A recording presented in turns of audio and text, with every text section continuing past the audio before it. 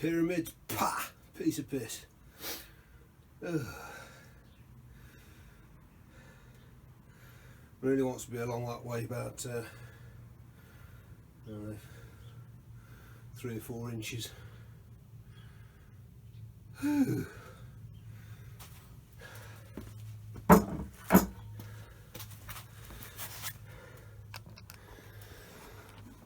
What I did was I jacked it up on its levelling feet, and I've slid under some, well, it's 20mm box square, 3/4 inch for the Americans. Stuck some oil over the top of it, lifted the jack from feet up to drop the lathe onto the steels, and then it's a case of a bit of leverage. Anyway, we can go over a bit more, but I don't want to leave it so tight that I physically can't get in, because you know you're going to need to. I've got a few bits down there.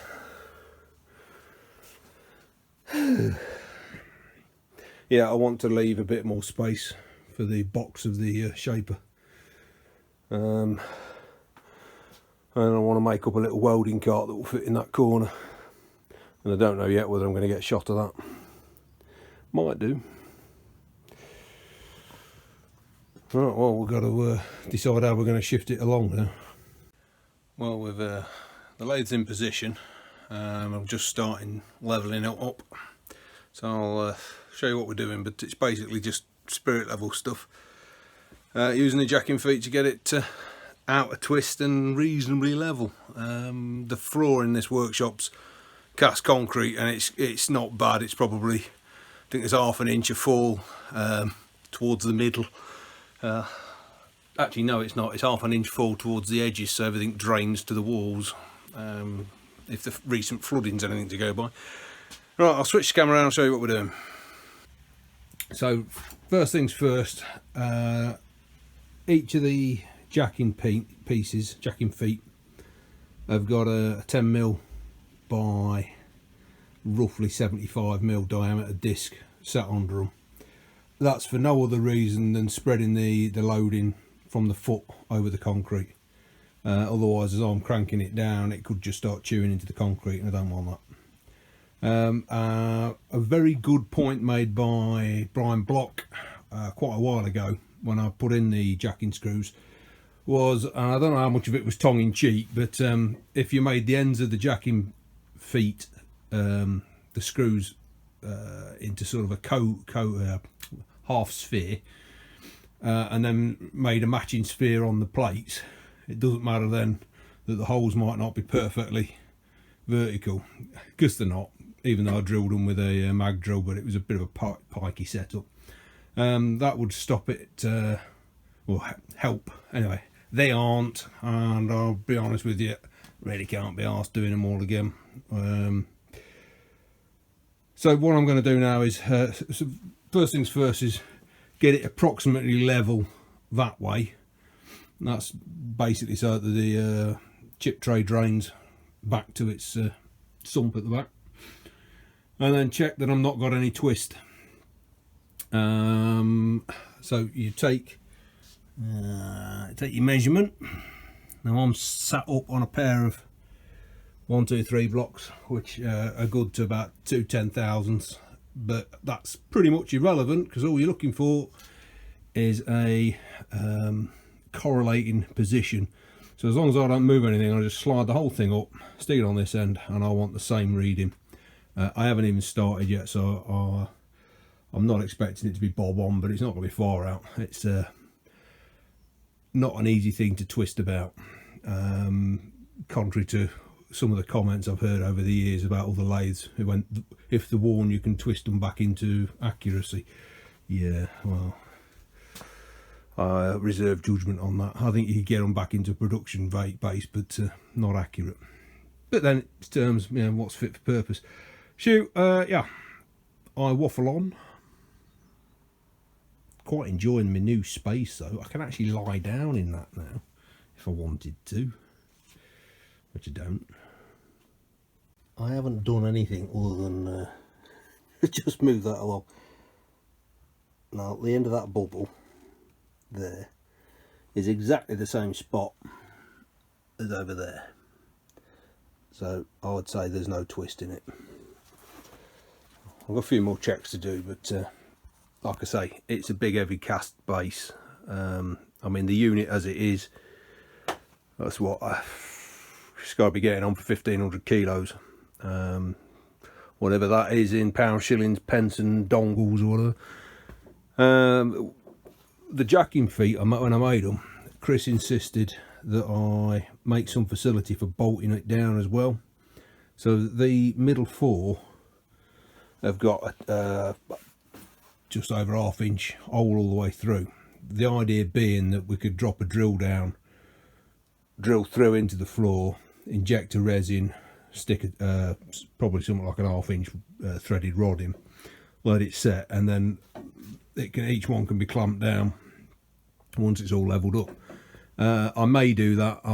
Jury's out at the moment, for the simple reason I don't know yet whether the lathe is ultimately going to stay in that position.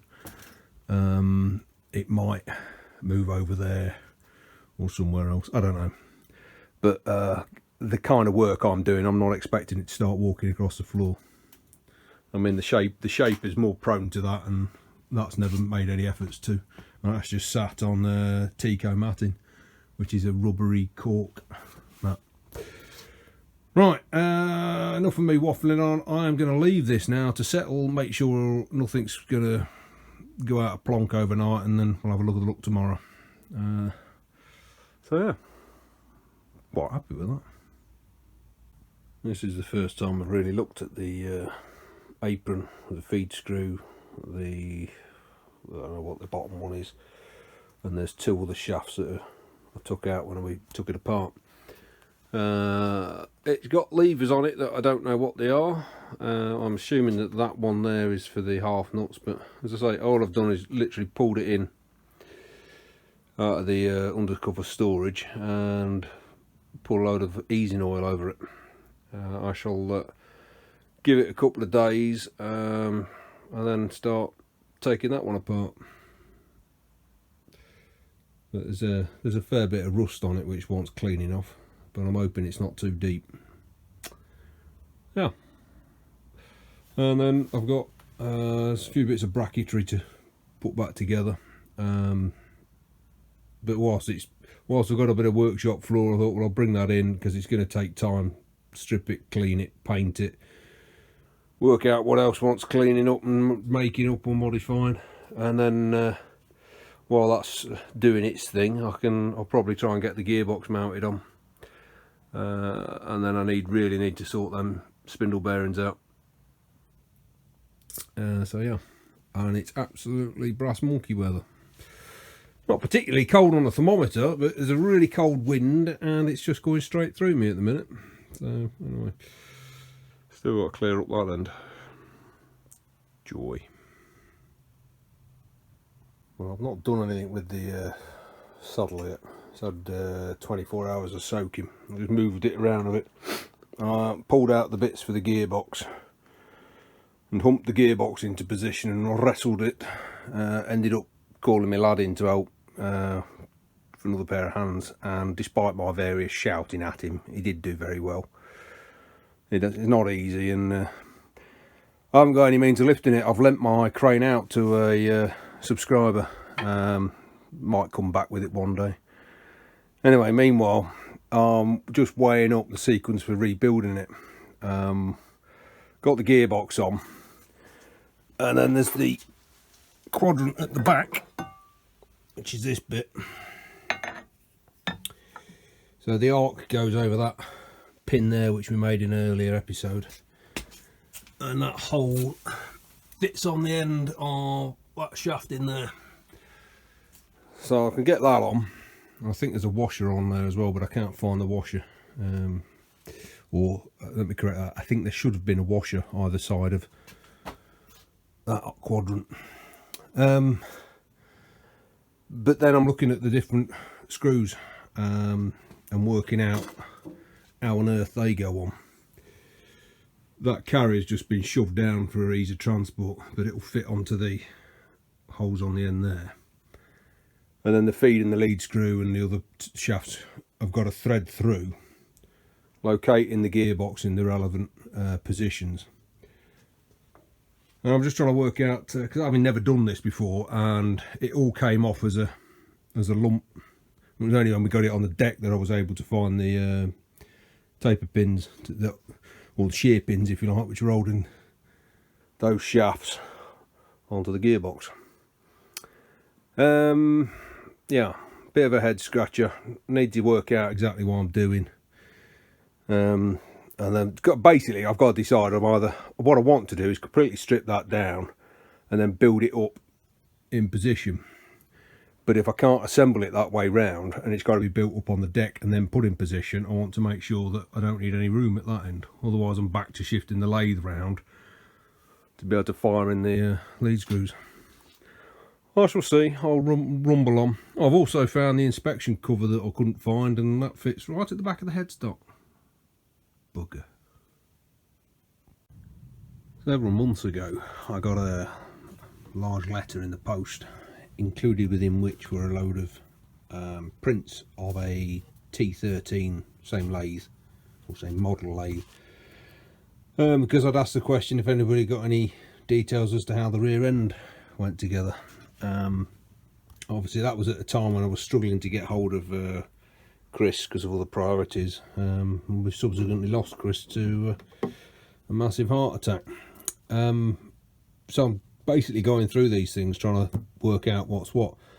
There are a few differences, or certainly appear to be a few differences between the two lathes. Specifically what I'm trying to determine is I've got the linkage between there and there. Then I've got to try and working out what's going on here. That seems to fit a gear. I can't remember which one. I think it's one of these, but the key's too wide. So I'm just trying to work out what goes from there down to the quadrant, and then on the quadrant what came off was either that or that.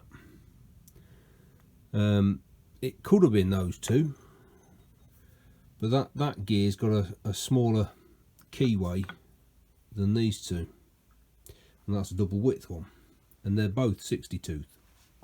Well, that's about 54 because he's lost a few. And there's this gear which I've no idea where it's from. Shoo! Chris's approach to dismantling a lathe seemed to basically be take it all off, stick it in a bucket and worry about it later. Going through these pictures, that would be the top gear. I've got that nut so I can see where that goes, but I can't quite see what's behind it. That's the lathe in question. If you're the gentleman that sent me the pictures, thank you very much, but you've not given me a name or anything. And I've got a vague memory of a correspondence by email, but that's subsequently gone. I can't find that either. I think I must be losing my marbles. So that's what we're looking at. So that's the input to the lathe gearbox. That's the top gear. Can't determine what that piece is. Something in the headstock. And there's the quadrant that you can see. Well, I've had to remake that stud, so I've now got the washers for it. I need to make a nut to fit on the end. This arrangement, I think that's the end of the shaft, but I can't see what the hell is holding it on. I'll show you that in a minute. And the gear, obviously the gears on this are spoked, whereas mine are solid. Nice big workshop.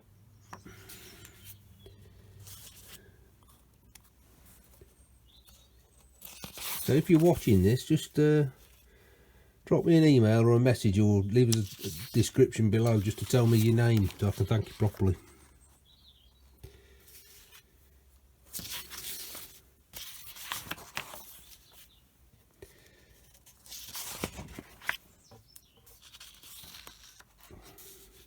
Lovely big workshop.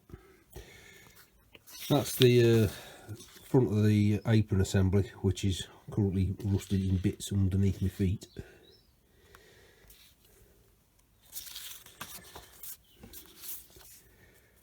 That's the gearbox which we've got on. I don't think I've got that plate. It may be that this is an older lathe than mine.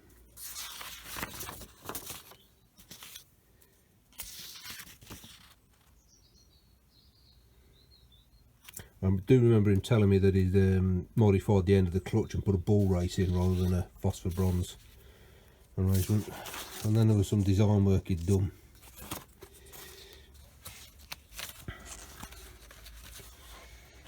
But it's specifically this gear arrangement that I'm stumped on. So that's the end of this. And it's got a couple of flats on and an oil way. They look like a pair of alternatively wedged washers. Perhaps, I don't know.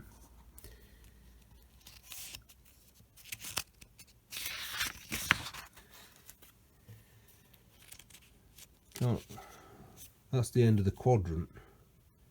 I assume that that's something to do with, that's the input on the gearbox or something. Again, I need to study them a bit further.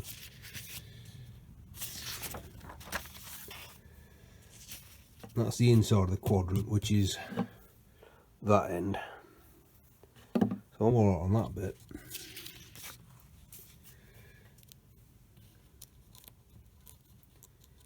Yeah, it's just a bit of an oddball. So you've obviously got the drive down to the near gear, and then in this case he's got two separate gears tied together.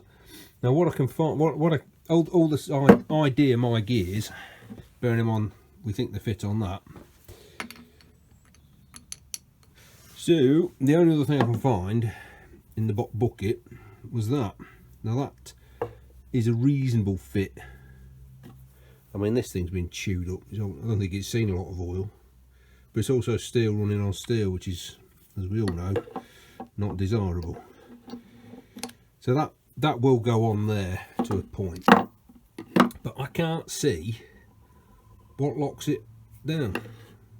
It's as if you could just, if it's stuck in the quadrant, this end's locked up. What's stopping that gear winding its way off? I mean, yeah, I wouldn't think it'd like to, but make a hell of a bang when it went off, wouldn't it? But that would get over the problem of different, like a gear reduction, one on that side and one on that side. Now, as I say, my gear is double thickness. As I say, it's had some trauma. I've showed that in an earlier video, and that's a nice fit into that from the other side. So yeah, a bit of a head scratcher. Absolutely stumped as to where the hell that one goes. And it's stamped up with a number 4, so we know it's off this lathe. Yeah. Anyway, so not a lot of progress, but I might as well figure it out now, as it's got to get together before I bother repairing all of this lot. So there we go. Yeah, so as I say, that bit slots in reasonably smooth that way, and then this one goes in. Excuse the wild and frenzied camera movement, but there's nothing to stop it riding out. Now, well, you can see the flat on it, or flats, and then the small hole there. I don't know, it just seems, it doesn't seem very Holbrook, and yet it's I can't see any major differences to that. So the only lubrication for that to be freewheeling on that, between the steel insert and the steel shaft, is all down the bottom there.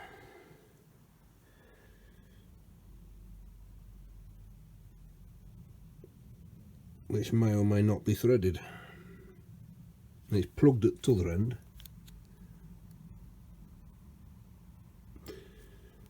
Yeah, it's just, yeah, don't know. Seems very bloody odd. Anyway, I've had enough. I'm going to go and scratch my head, and I might post a couple of questions on the Holbrook Owners Club See if anybody else can tell me. Got to get either make a new one or make some repairs.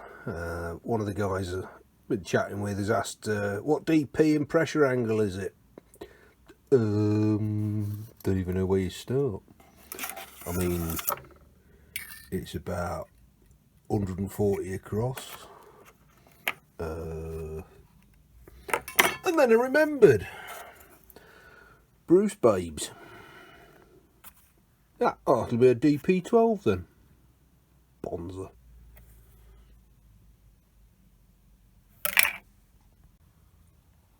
I've been busy messing about getting the change gears sorted. Seem to be getting there with that. And I actually ended up fitting this lot. Which was a bright wrestle, and then realised I hadn't recorded any of it. But given it was a wrestle, I'm not taking it off again. This is a movable gear to basically bring the drive from the spindle onto the directional drive, then to the output, which then feeds the gearbox. So the lever which moves that gear in there, in or out of mesh, is basically the on-off for the gearbox. So that's one set of levers I've worked out. I've just got to fit the assembly, which is here, and I need to find the handle for it somewhere. So yeah, and meanwhile I've been looking at trying to work out what the gear specs are. I still no idea where these two go. They are both 30 tooth, but there are different IDs. And the setup on here is a 60 tooth driving, a 60 tooth idling, and a 60 tooth driven. So for all intents and purposes, it's a 1-to-1 ratio. The change gears are this one here and this one. I got to assume that you would change that out for basically a large and a small, or a small and a large, to give you a reduction ratio, or opposite, gearing up or down. So that would be where I change that. I need to make a locking nut for the end of that, and given that that goes on there, I'm going to make something that matches that, so it's only one tool to change the pair. So yeah, it's not a huge amount of progress, but I'm better understanding how the thing works now. Always a good move. Quick thanks to Bruce Witham, who designed and made up and sent out the gear DP gauge. This one's at a 20-degree pressure angle, and I think my gears are 14.5 degree. But it got me in the ballpark. I've established that they're a 12 DP, which is great. And that came to me via Keith Fenner's What's in Your Toolbox. So you never watched this, Keith, but if you did, thank you very much. Right, onwards and upwards.